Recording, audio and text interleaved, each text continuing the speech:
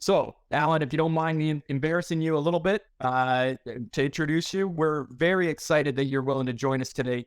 Allan is trained as a labor market economist, but that just doesn't do him justice. He is an expert in the field of people. He's contributed to the field of talent management for almost 3 decades, internationally respected, a speaker on the topic of human capital management. Allan's the founder and executive director of TMLU, and where you direct curriculum research and education efforts. Allan previously was president and executive director at Human Capital Institute. You're an author of a book. You write multiple articles and white papers, lots of public speaking engagements. So we're really lucky and happy that you're willing to speak with us today. So thank you for joining us, Allan. Well, thanks. It's my pleasure. I really appreciate being invited. I'm looking forward to this. What are some of those important principles to managing talent, to designing and implementing effective talent management systems within the organization?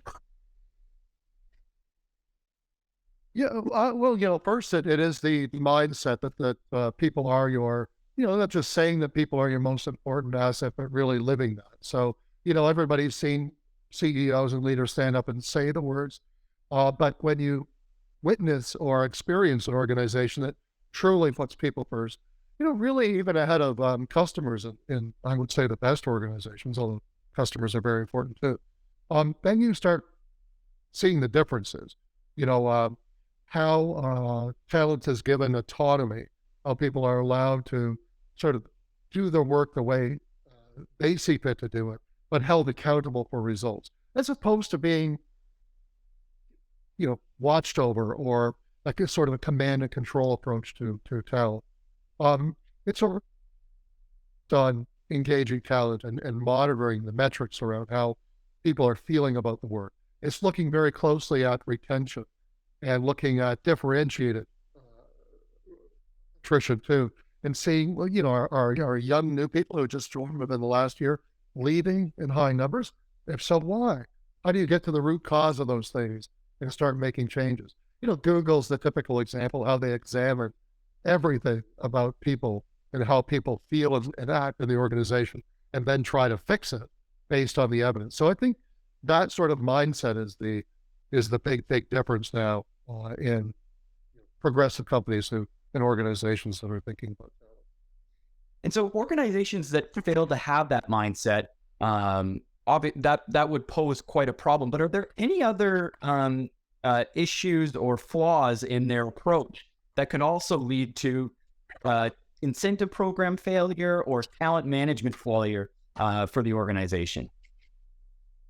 Well, when you talk about incentive programs, that's an aspect or one component of talent management, an extremely important one. I think, everybody who's ever had children, anybody who's ever been a supervisor, anybody who's ever tried to persuade anybody to do anything knows that you have to have incentives and rewards, and it's just the plain truth.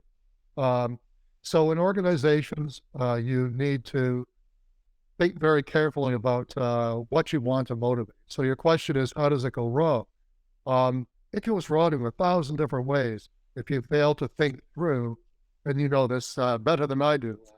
It's from your research that, there's countless examples of organizations who have thought that they've put in carefully considered incentive programs only to have unintended consequence pop up. And Wells Fargo was a big one, where the associates were, heavily incentivized to bring in new accounts, and bring more business to the bank.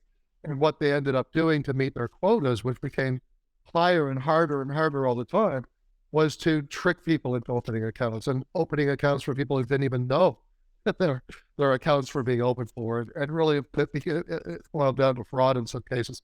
And so I think the penalty for Wells Fargo was $600 million or $600 billion, and a lot of people losing their jobs. So, a lot can go wrong with incentives, but you can't avoid them. So you need really to think about getting them right and be very careful about it.